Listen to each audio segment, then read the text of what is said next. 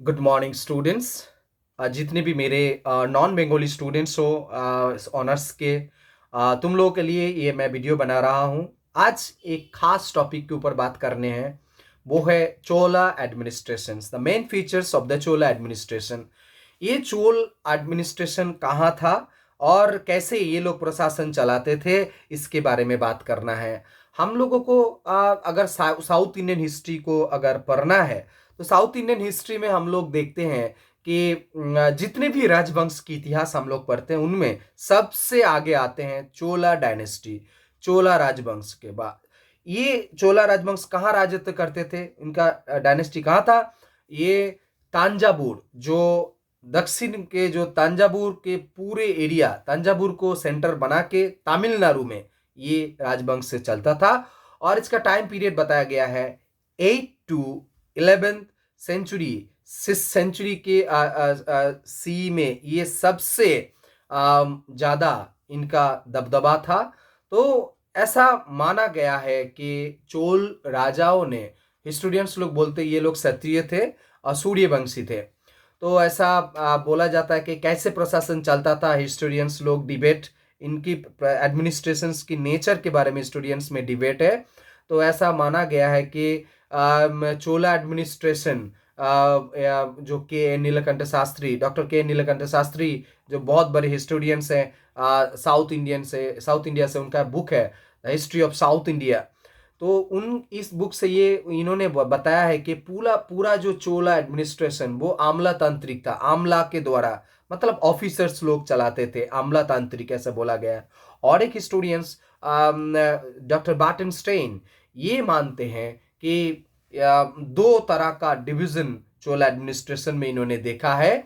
एक है आमलातांत्रिक, जो नीलकंठ शास्त्री सर बोल रहे हैं, और दूसरा है लोकल सेल्फ गवर्नमेंट। ये दो स्टाइल में चोला प्रशासन चलता था। बटनस्टाइन बोल रहे हैं कि इस तरीके का सिस्टम पूरे भारत में कभी नहीं देखा गया था। अब आते हैं कि चोला एडमिनिस्ट्रेशन पूरी तरह से, जितने भी डिबेट हो, लेकिन ये पूरी तरह से सब लोग मानते हैं कि पूरा आमला तंत्र के ऊपर ही बेस्ड करके एक ऐसा गोष्ठी बना हुआ करता था जिनके ऊपर निर्भर करके चोल राजाओं ने अपना प्रशासन चलाए थे। हम लोग देख पाते हैं कि पूरा चोला राजप्रासाद में बहुत सारे कर्मचारी काम करते थे। और उन लोगों में अलग अलग स्तर था, मतलब डिवीजन में बांटा हुआ रहता था। और बहुत सारे फीमेल्स दासी भी हम लोग इस प्रशासन के अंदर हम लोग देखते थे। तो ये लोग शहर के अलग अलग हिस्सों में ये लोग रहते थे।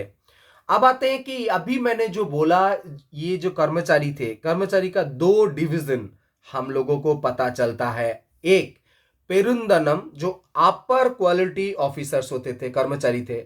और एक है सिरुदनम, जो लोअर कैटेगरी के जो कर्मचारी होते थे, अधस्तन, तो उनको बोला जाता था। अब कैसे नियुक्ति मिलता था? ऐसा कहा गया है कि ये लोग वंश परंपरा से ये लोग नियुक्ति मिलता था। और उस जमाने में कौन सा सामरिक काम है, कौन सा बेसामरिक, तो ये मतलब विभाजन पूरी तरह से नहीं कर सकते, मतलब लगभग सेम कैटेगरी हिसाब से ही देखा जाता था।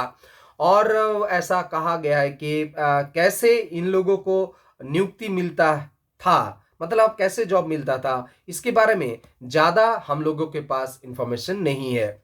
अब आते इनको कैसे सैलरी मिलता था। हिस्टोरियंस लोग बताते हैं कि इनको जो सैलरी मिलते थे जमीन के तौर पर, बहुत सारे जगह में रेफरेंस हम लोगों को मिला है जमीन के तौर पर। जमीन एक टर्म इस्तेमाल हुआ है, उस टर्म का नाम है जीवित। ये टर्म जो लैंड के बारे में बताते हैं।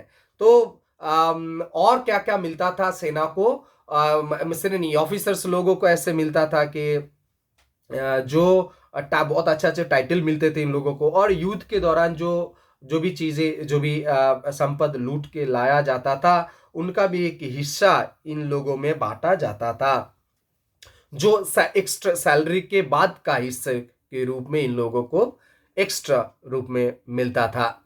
अब आते हैं कि पूरा चोला एडमिनिस्ट्रेशन कैसे डिवाइड हुआ था। तीन हिस्सों में बांट तीन मेन फीचर्स हम लोगों को चोल एडमिनिस्ट्रेशन में मिलते हैं। एक है बोलोनारू या उसको बोला जाता था मंडलम, जो आजकल जो हम लोग देखते हैं स्टेट्स के हिसाब से वो। और दूसरा है नाडु, जो हम लोग डिस्ट्रिक्ट के थोड़ा बड़ा ऐसे लेवल में जो एडमिनिस्ट्रेशन होते हैं उस लेवल का। तो बोलोनारू या मंडलम, दूसरा है नाडु, और तीसरा है कुर्रम। तो चोल प्रशासन में हम लोग देखेंगे कि कुर्रम अर्बन सेंटर से जुड़ा हुआ एक टर्म है, जो अर्बन अर्बन फीचर्स है। हम लोग देखते हैं चोल एडमिनिस्ट्रेशन में हम लोगों ने देखा है कि बहुत सारे ट्रेड और कारीगरी शिल्प जो इसका प्राधान्य बहुत बड़ा था, और इसके चलते बहुत बड़े बड़े नगर शहर का गठन हुआ था। तो बड़ा बड़ा जो नगर है उनको अपने आप को एक कुर्रम की तरह देखा गया है। हिस्टोरियंस लोग बताते हैं ये जो बड़ा बड़ा शहर की गठन हुआ था ये अपने आप एक कुर्रम हुआ करता था। अब एक अहम हिस्से के ऊपर बात करने वाले हैं, वो है टैक्स सिस्टम्स। ये टैक्स कहां से आता था, पैसे कहां से आता था? लैंड से आता था। हम लोगों को मालूम, मतलब हम लोगों को जो इंस्क्रिप्शन से पता चला है, बहुत सारे डॉक्यूमेंट्स हम लोगों को मिला है जहां पर जमीन किसका नाम पे ये लैंड है उसके बारे में, और उसको कैसे वो कौन कौन टैक्स वो लोग देते थे, कैसे टैक्स देते थे, इसके बारे में खाता में लिखा जाता था। और ऐसा माना गया है, स्टूडेंट्स लोग बोलते हैं कि जमीन को पहले नापा जाता था और उसके बाद उसके हिसाब से टैक्स को इम्पोज किया जाता था। दो तरह का जमीन के बारे में पता चला है, एक जो टैक्स देने वाला लैंड, और एक है जो टैक्स नहीं मिलता था, निष्कर लैंड जिसको हम लोग बोलते हैं। तो ऐसा नहीं है कि हर जगह से ही टैक्स मिलता था। चोल एडमिनिस्ट्रेशन में बहुत सारे सेगमेंट ऐसे भी थे, मतलब ऐसे भी चीजें थे जहां से टैक्स नहीं लिया जाता था। कौन कौन सी जगह से टैक्स नहीं लिया जाता था? गांव हो या शहर, उनका जो रहने की जगह है वहां से कोई टैक्स, जो घर है उस घर का नाम बोला जाता उर नट्टम, मतलब रहने के लिए जो घर, तो वहां से कोई टैक्स नहीं लिया जाता था। दूसरा मंदिर से। तीसरा जो पानी का जलाशय होता था परीखा, वहां से टैक्स नहीं लिया जाता था। या भाबखुरे, मतलब जो घूमते इधर उधर घूमने रहने वाला जो आस्थाना होता था, वहां से भी टैक्स नहीं लिया जाता था। और कारीगर जो संप्रदाय थे, जो शिल्पी संप्रदाय थे, उनका जो घर, वहां से टैक्स नहीं लिया जाता था। और शमशान घाट, जिसके बारे में बोला गया सुडू नारू, तो ये टर्म है, शमशान घाट का जो टर्म है सुडू नारू, तो ये यहां से भी चोल प्रशासन टैक्स नहीं लेते थे। अभी मैंने बताया कि जो लैंड है, दो तरह का जो लैंड हमने बताया कि वो कैसे टैक्स इंपोज किया जाता था, उसका जो प्रोडक्शन कैसा होता है, और जो खेतीबाड़ी होता है, जो जो क्रॉप्स, उसके हिसाब से टैक्स को इंपोज किया जाता था। अब टैक्स कहां से आता था? शहर से। तो शहर में तो लैंड नहीं होता था, गांव में लैंड होता था। तो लैंड में, गांव के लैंड से कैसे टैक्स लिया जाता था? चोला एडमिनिस्ट्रेशन में एक स्पेशल फीचर्स बना हुआ था कि गांव में पहले तो टैक्स कितना लिया जाएगा ये ठीक हो जाता था, और गांव में एक एक किसान के घर से टैक्स नहीं लिया जाता था, एक एक किसान से टैक्स नहीं लिया जाता था। पूरे गांव का जो टैक्स कलेक्शन होता था, पहले गांव का जो प्रधान होते थे उनके पास वो टैक्स जमा होता था, और फिर चोला एडमिनिस्ट्रेशन के ऑफिसर्स लोग जाते थे, वहां गांव के जो प्रधान थे उनके घर से वो टैक्स लेके जाते थे। तो क्या बहुत ही स्मूथ चल रहा था उस वक्त? नहीं, बहुत सारा रेफरेंस ऐसा भी है कि टैक्स कलेक्शन के दौरान जो किसान है उनके ऊपर भी अत्याचार किया जा रहा था। और जब चोला एडमिनिस्ट्रेशन की जो राजा की जो पोजीशन जब खराब होता हुआ था, तो उस वक्त हम लोगों ने देखा है कि लोकल लेवल में जो ऑफिसर्स थे वो गांव के लोगों के ऊपर उसका राजा शक्तिशाली नहीं है इसका फायदा लेते हुए गांव में अत्याचार करता था। तो उस वक्त गांव के लोग क्या करते थे? मीटिंग करते थे, सभा करके एक मीटिंग होता था, ऑर्गेनाइजेशन था गांव में, तो वो लोग मीटिंग करके इस सिचुएशंस का मुकाबला करते थे। अब आते हैं कैसे टैक्स लिया जाता था। कैश या क्रॉप। तो ज्यादातर रेफरेंस जो मिला है वो है पैसे। दो तरह के टैक्स लिया जाता था, लेकिन कोई कैश में भी दे सकता था या क्रॉप में भी दे सकता था। तो ज्यादातर गांव के लोग तो ऐसे ही तो क्रॉप में ही देते होंगे। तो लेकिन ऑप्शन था। अब आते हैं कि सिर्फ लैंड टैक्स ही लिया जाता था और कुछ नहीं टैक्स लिया जाता था, और भी जरूरत पड़ने पर अलग अलग टैक्स भी लिया जाता था, जैसे रोड टैक्स। जैसे काम करने वाला पेशा जो थे, वो उसके हिसाब से भी अलग अलग टैक्स इम्पोज किया जाता था। और जैसे घर के ऊपर भी टैक्स कभी कभार इम्पोज इमरजेंसी सिचुएशंस में लेते थे चोल प्रशासन। और जैसे अब किसी की शादी हो रहा है उसके ऊपर भी टैक्स लिया जाता था। तो इस तरीके का टैक्स भी लिया जाता था, लेकिन वो सिचुएशंस के हिसाब से। आप आते हैं कि सिर्फ टैक्स नहीं, वो सिर्फ वो इस तरीके का टैक्स भी नहीं, और एक टैक्स कलेक्ट करने के और एक माध्यम हम लोगों को पता चला है, वो है जरिमाना, जिसको हम लोग बोलते हैं पेनल्टी। तो ये पेनल्टी कौन देता था? वो जो विचारालय होता था, कोर्ट, वो पेनल्टी इम्पोज करते थे। तो ऐसा बहुत सारे जगह में हम लोगों के पास रेफरेंस है, जो ऐसा देखा गया लोकल लेवल में, गांव लेवल में, लोकल लेवल में वो विचारालय होता था जो ये पेनल्टी इम्पोज करते थे। और अलग अलग मैंने अभी बताया जो पेशा भित्तिक कर्मचारी थे, मतलब जो अपने अपने शिल्प संप्रदाय, तो उनका भी एक अलग विचारालय होता था जो ये पेनल्टी इम्पोज करते थे। अब क्या पेनल्टी के साथ साथ शारीरिक निर्यातन के बारे में भी हम लोगों को रेफरेंस मिला है कि पेनल्टी अगर दे नहीं पा रहा तो उसके ऊपर शारीरिक निर्यातन करना मतलब किया भी जाता था।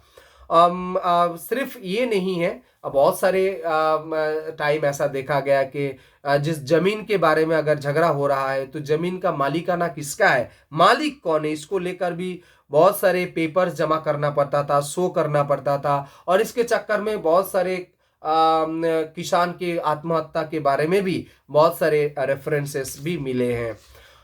अगर राष्ट्रद्रोह के बारे में अगर कोई केस आता था तो उसका विचार करते थे चोला, जो राजा होते थे, किंग, वो विचार करते थे इस मामले में। हम लोग देखे हैं कि सिर्फ ऐसा नहीं, अगर कोई अपराध करता था तो मृत्युदंड, वो तो उस जमाने में भी था ही। और इसके साथ साथ और भी एक उसका जो संपत्ति होता था उसको भी पूरा कैप्चर किया जाता था। और ऐसे भी रेफरेंस मिले हैं कि अगर कोई अपराध करता है उसके अपराध के हिसाब से हाथी के पैर के नीचे भी मृत्युदंड भी दिया जाता था। ऐसा भी रेफरेंस चोला एडमिनिस्ट्रेशन के दौरान हम लोगों को मिला है। अब आते हैं कि चोल लास्ट फीचर्स, वो है सेना। हम लोग देखेंगे कि पूरे दक्षिण में चोल डायनेस्टी के दौरान एक के बाद एक युद्ध चोला राजाओं ने किए हैं। हम लोग देखें श्रीलंका से लेके साउथ ईस्ट एशिया तक, या भारत के जो उस हिस्से में, साउथ के हिस्से में बहुत युद्ध करके चोला एडमिनिस्ट्रेशन के दौरान बहुत युद्ध हो रहा था चोला एम्पायर के दौरान। तो एक टर्म हम लोगों को मिलता है, वो सेना के विभाग में, वो है बेलाई करर।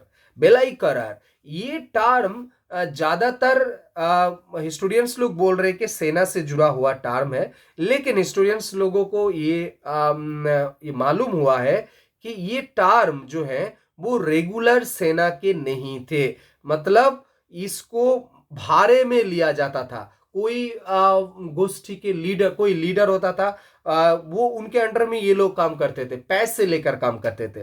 तो बेल्लई करर, तो ये हो गया कि इस तरीके का एक भाड़ाटे, मतलब पैसे लेके सेना में काम करने वाला एक टर्म हम लोगों को मिला है।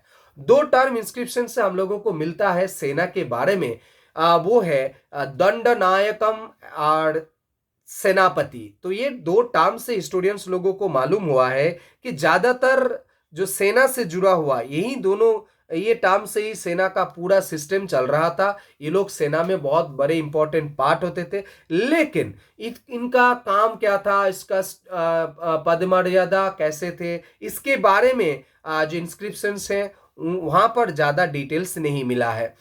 लेकिन इस बात को हम लोगों को मान के चलना है, चोला जो सेना थे वो बहुत बड़ा होता था, क्योंकि बहुत सारे, मैंने अभी बताया, इतने सारे युद्ध करते थे, युद्ध हो रहा था चोला एम्पायर के दौरान, तो सेना बहुत ही इंपॉर्टेंट फैक्टर था।